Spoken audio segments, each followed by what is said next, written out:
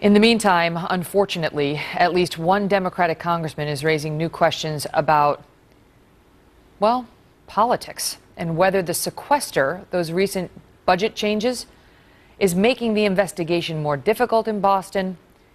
And then the House Minority Whip Steny Hoyer followed up by saying the bombings are, quote, proof that those automatic spending changes negatively impacted the intelligence community.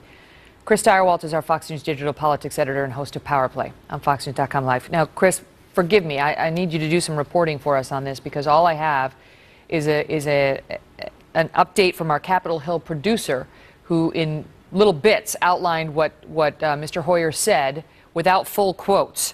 And I'm interested if you can tell us whether you've confirmed exactly what it is Mr. Hoyer said on the subject of the sequester and the Boston terror attack. Well, I just talked to Chad Pergram, that producer you mentioned, and here's some context about what happened. So last week, the Director of National Intelligence, James Clapper, was testifying about the budget, and he said these sequestration changes are hampering our national security, hampering our intelligence gathering. They're dangerous, and they're going to cause problems because they're terrible. And then this morning,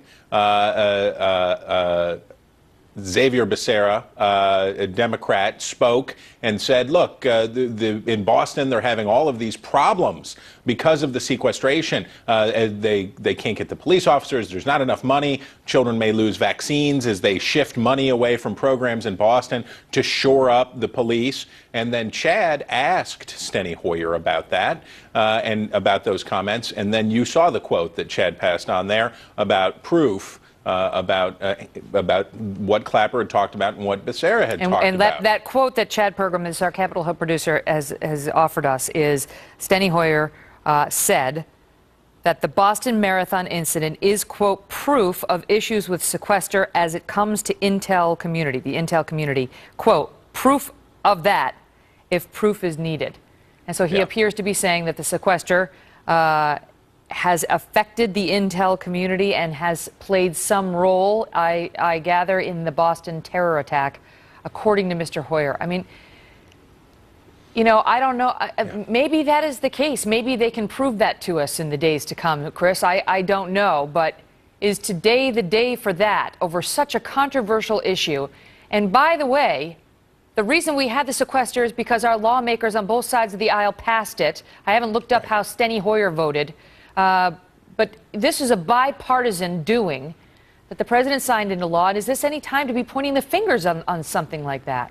Well, imagine, if you will, if today John Boehner or Eric Cantor on the Republican side had come out and said, you have to wonder whether President Obama's policies in Syria or Iraq or the Middle East haven't left us more vulnerable to this, or you would have to wonder about his policies in Guantanamo or his drone strikes. If they had said anything like that, they would rightly be roundly criticized for yapping before they had all the facts in hand and talking about something in a moment that's very raw, still grieving, and people are not working with the right tools. And you saw President Obama play it cool, play it collected, do it a very commander-in-chiefly job of being in command and in control today, not letting things get spun up. Unfortunately, what you see here is that Congress is currently obsessed with spending, and Democrats are currently obsessed with the idea of these automatic reductions to automatic increases in federal outlays, and could not apparently resist linking the two.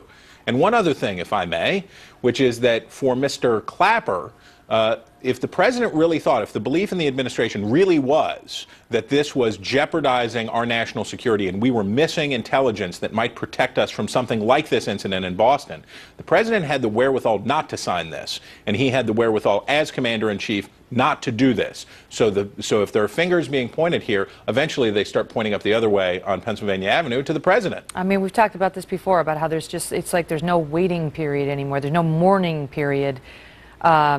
There used to be, you know, I mean, the president said yesterday that today there are no Democrats, there are no Republicans, we're just Americans. And then, you know, here we are not 24 hours later, back to politics and sequester debates. All right, Chris, thank you. You bet.